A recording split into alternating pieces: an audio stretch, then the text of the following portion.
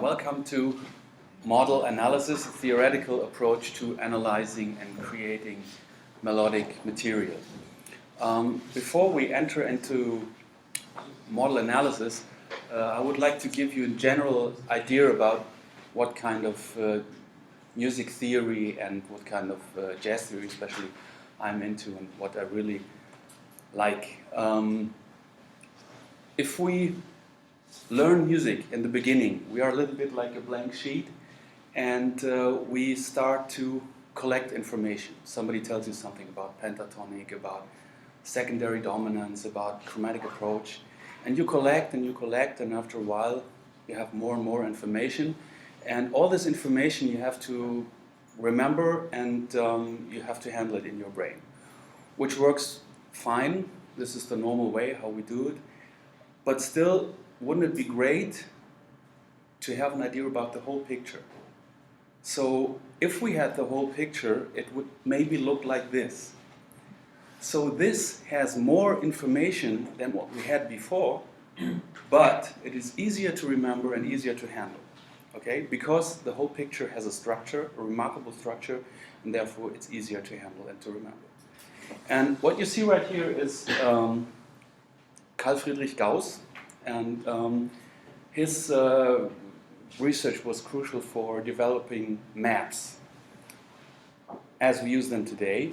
And I would like to show you that model analysis works very much like a map, because it gives you an overview about really all possible cases of melody and tonal music. And it gives you really an overview, systematic overview, and also we will figure out that it's pretty handy. You can put it in your pocket. It's very easy to use.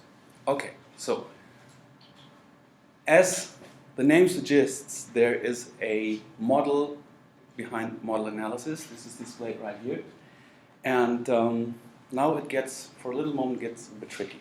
That's how it works. Imagine you have melodic material, like a transcription of a jazz solo. Out of this material, you pick one phrase. And within this phrase, you pick a segment. A small segment that is harmonically one unit. It doesn't sound like it's expressing chord changes. No, it sounds like it fits for maybe one chord. Okay? Then the model says you can imagine this segment as being put together like this. First of all, there is a pitch set. This is just a group of notes, the harmonically relevant notes. These notes, they affect the harmonic content of this melodic segment. Then these notes, they appear in a certain position, like close position, wide position, and a certain inversion. And then they appear in a certain order. So one comes first, one comes second, whatever. And finally, it may be that some of these notes are figurated.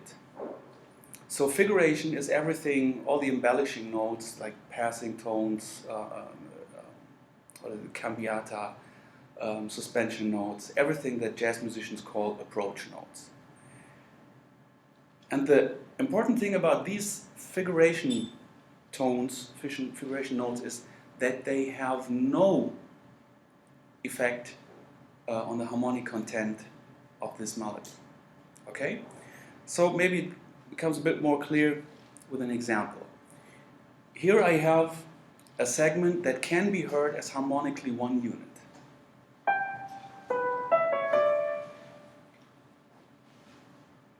So now the model says that you can imagine this segment as a pitch set of a G major triad, which is in first inversion close position. The order is upper, lower, middle, and finally the last tone, the last note, the D, is figurated by a two-note approach, diatonically from above, chromatically from below, so the typical Charlie Parker inch. And in combination with a specific rhythm, you just end up exactly at this little segment where we started from. So if you now want to use this tool for analysis, you have to walk this way in reverse. So the first step in analysis is you have to determine the segment, or the segments, so the harmonic units. And then the second step is you pick one segment and you determine the figurative notes.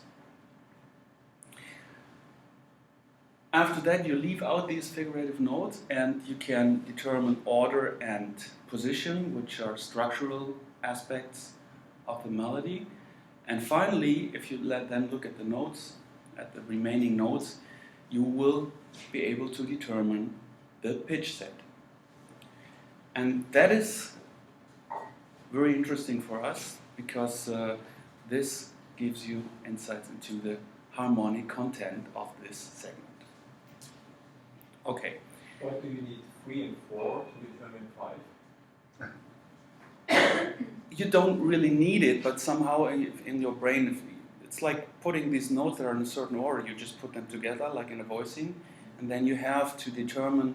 You have to bring it in pitch class set theory. They call it a prime form. You have to bring it into a prime form, which was the root position of the G major, and then you can tell easily what the prime form is, and that gives you the best information about their harmonic content. Okay? So before we now enter into practical analysis, one quick remark about subjectivity.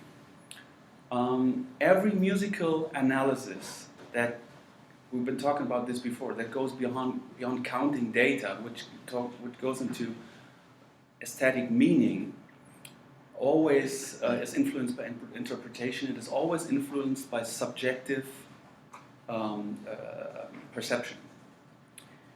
And there's Andreas Moraitis. He wrote his thesis about this aspect, and that was very impressive. So one advantage about model analysis is that you can really pinpoint where subjectivity comes into play. And this is when you determine the segments. So you can disagree. Somebody may say the border of the segment is to me here, somebody else would say it's here. So you don't have to agree about this. And it's the same with figuration. So somebody may say, I hear this tone as harmonically relevant, and somebody else says, no, to me it's not. So, I mean, on most of the cases we will agree, but you don't have to. There are some cases where you can really have different opinions. So if I now display segments and figurations, it's only my personal way of hearing it, and I hope it's plausible for you, but you don't have to agree. I just hope that you can follow my point of view. Okay? So, our first example, a phrase of Charlie Parker on an F blues Billie's bounce.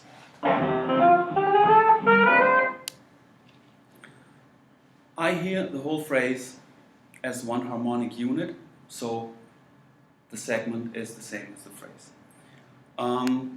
Second step is figuration. I hear the G and the G sharp as a two-note chromatic approach to the A, and I hear the B flat and the B natural as a two-note chromatic approach to the following C. So obviously the order is linear upwards. The position is close and octave doubled C. And finally we end up with a pitch set which is an F major triad, and this is a three-pitch set. Again, a quick note on subjectivity. Some of you may hear the G and the B natural as harmonically relevant, so then you would end up with another pitch set. You would have a 5-pitch set, the first 5 notes of the F major scale. Okay, another example, Michael Brecker on Delta City Blues, a blues in C.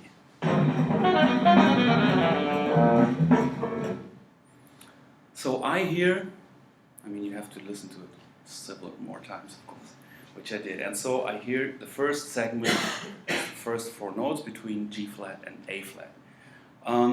There is definitely no figuration because figuration needs close distance to the resolving note, which is not here.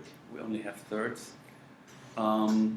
We have linear downwards order, close position, and a 4-pitch set of an A flat minor 7. The next segment I hear between F and G flat, and here there are many seconds, but still I don't hear them as figuration. I have more the impression that it sounds like a complete diatonic scale and a downwards order, close position, and you could name it as D flat mixolydian. And well, the last segment I hear here, it is no figuration, downwards order, close position, and I didn't give it a name right now, but we can see obviously it's a 3-pitch set. Okay, and the interesting thing that you can see here is that over this subdominant progression, blues subdominant to blues tonic, he plays an altered dominant progression. So he plays A flat minor 7, D flat 7 to C, which some of you may know from the Duke Ellington tune Settendal. All right, so let's go one step further and look at the possible applications of the model. There are mainly 3. First is style analysis, then we have a practical use in playing, and then we have a creative potential. Style analysis, well, that's pretty simple, pretty obvious. We got already some information just by analyzing these little phrases. So Charlie Parker phrase told us that he's using many figurations, close position, linear order, and the harmonic content fits the chord, the underlying chord, so it's playing inside. And the information that we got about Michael Brecker was short harmonic segments, no figuration, close position, linear order, and harmonic content doesn't fit the chord, so he's playing outside. Of course, you would have to analyze at least one complete solo of each soloist to get valid information about the style of each player, but as we can see, it would probably work. We would get some information.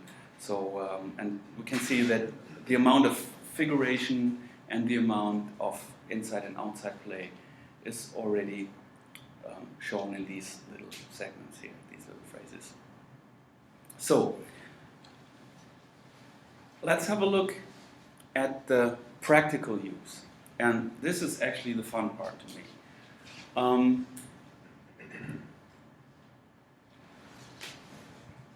This is, again, the segment, the phrase of Charlie Parker. We give it a listen. And we determined that the harmonic content of this phrase was an F major triad, okay? So this F major triad, this harmonic content doesn't only sound inside on an F7 chord. There are many other possibilities like this, okay? Many other chords. And so I now want to show you how many different results you can get out of this little phrase from Charlie Parker by putting it over different chords. And for this I will use a very simple progression, a 1-6 to 1-6-2-5 progression that we all know. And the first thing I do is I match now this segment with the lower part of the harmony. So exactly like Charlie Parker did. Okay? So the result would be like this.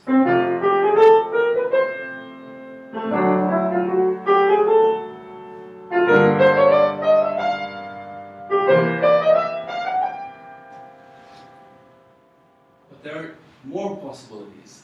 The next possibility is I can match now with the upper part of the underlying harmony. So then it may sound like this. It sounds different because now we hit tension notes. So they sound like this.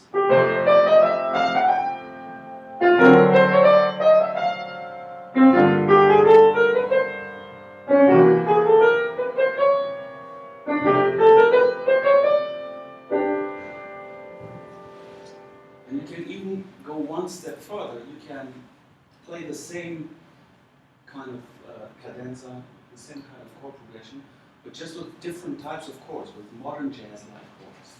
And then you can match the segment just with the same kind of interval structure within these modern jazz chords. And then the same progression would maybe sound like this.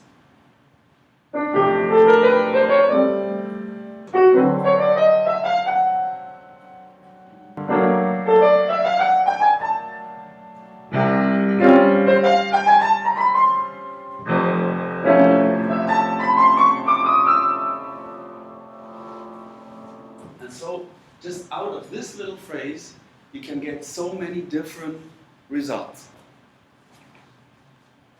And then there was the third application, the creative potential.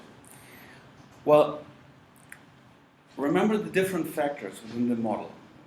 Figuration, pitch set, and everything. All these factors can be changed.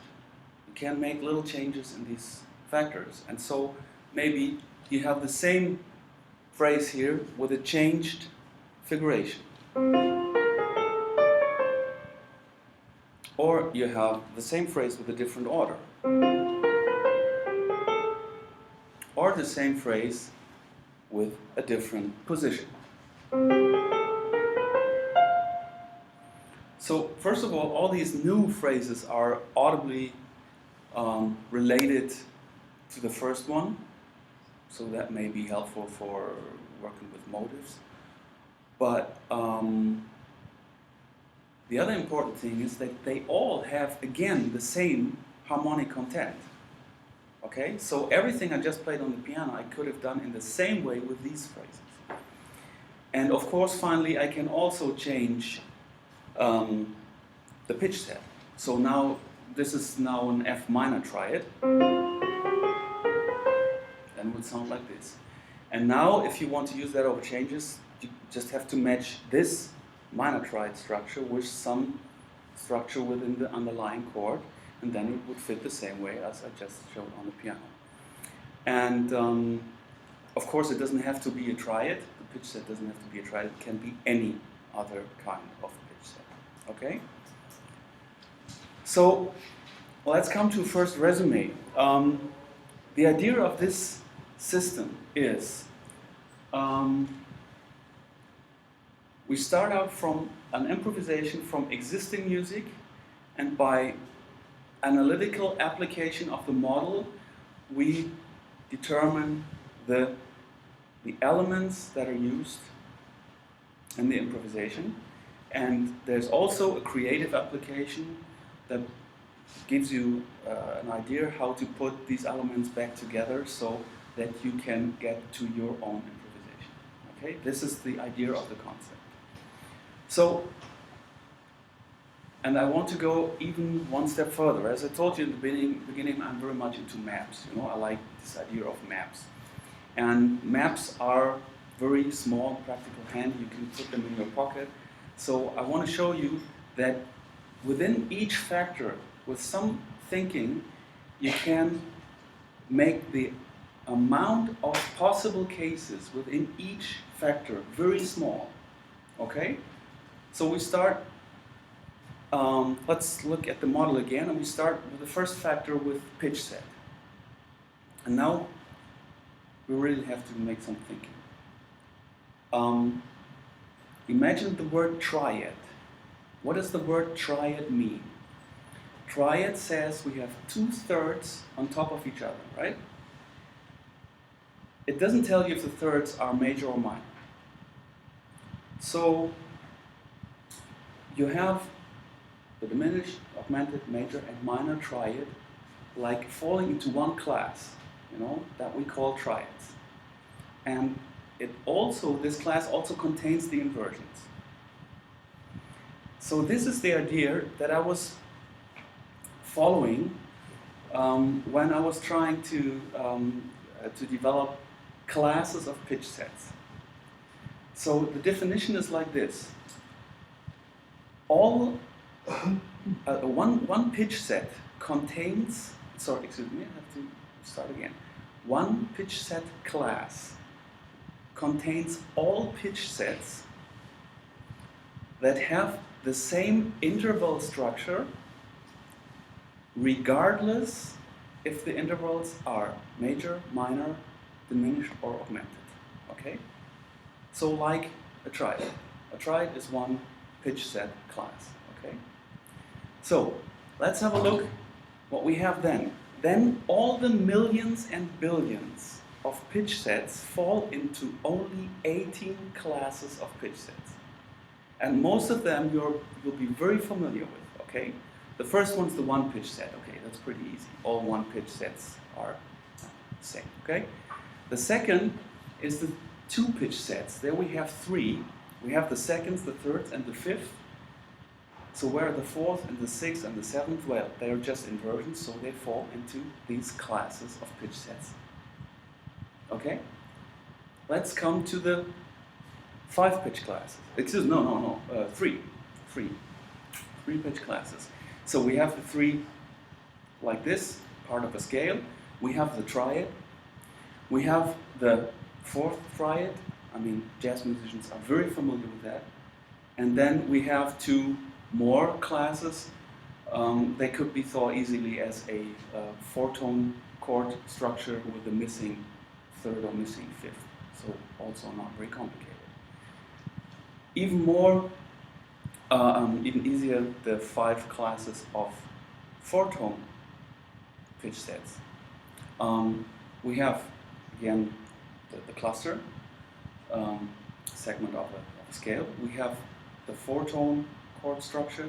We have this structure which is just built of fourth, so jazz musicians very familiar with, and for the pop musicians we then have these add 2 and add 4 triads, so also very familiar things. We only have three classes of five pitch sets, so again, segment of the scale. Then we have the only thirds on top of each other, which is like a major 9 chord here. And finally the pentatonic. And last but not least, we have only one 6 pitch set class. Right. Okay. So I think this is quite limited. You know, I mean, you can learn this. 18 is not that much. You know, and you have to remember, if you have learned this idea, like with triads, it's everything. There is no more. Okay, so you're done with that if you have that. So let's look at position. Position, well, mostly in melody, we're talking about melody, position is close position. So, done with that, and we have to think about inversion. Well, if you practice these classes that I showed you before, you will probably practice them in all inversions, okay? So, you're done with that already as well.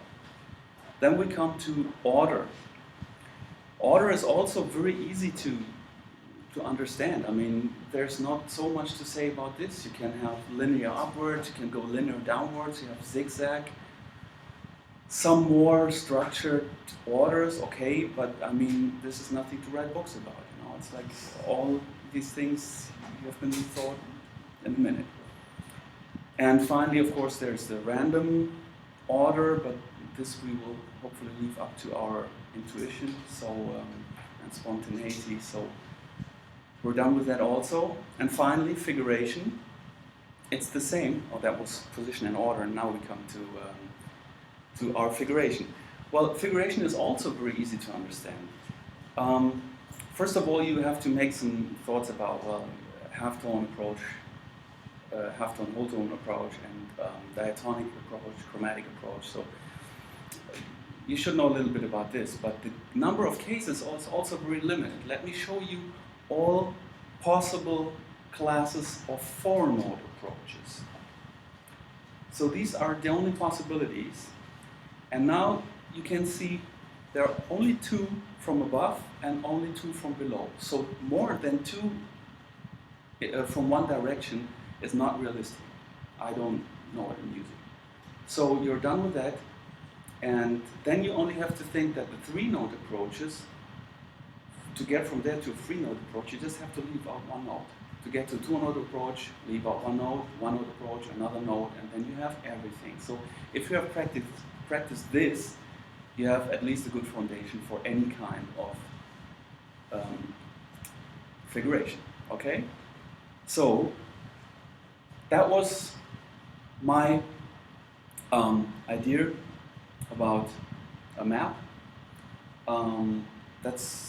And I finally want to ask you a question. I will probably answer it myself, but it will at least show you the idea of a map. The question is very funny, and probably you will think in the first moment this is completely nuts, but it's not. What is in the middle of a pentatonic and a 2-note approach? So, in the first place, you may think, well, the one and the other, it's a different thing. It's not comparable. So how can there be something in the middle? But think of it with the idea of the model. The pentatonic is a 5-pitch set with no figuration. And the 2-note approach, well, it needs, of course, a note to resolve. So this is a 1-pitch set with a 2-note approach, all right? So in the middle of 5 pitches and 1 pitch is 3 pitches, and in the middle of no approach and 2 approach notes is 1 approach. So all 3 pitch sets with 1 approach note are somehow in the middle between the pentatonic and the 2-note approach. I tell you this because this displays a little bit the idea of now we're having a map. We're having it all together like on a map. You know, it's like on a flat screen, and we can say this is in the middle of that. That shows a little bit the relation between everything. And so this is my idea of a map. That's why I like a map. Finally, I have written down this map in this book. I created another map for harmony, that is in Jazz Theory 1, and I also created a map, it's the same idea, displaying like everything in an organized way for arranging. And so I hope somehow I could convince you a little bit about this idea. And last but not least, as sad as it is, maps came a little bit out of fashion. So that's what's going on at the moment. And I'm very happy that Martin and you guys are working on that, and I hope very much that one day all the ideas that are within the model will be refined somehow in Jazzomat and Melody Spy and how do you say, digital data processing. So, thank you very much.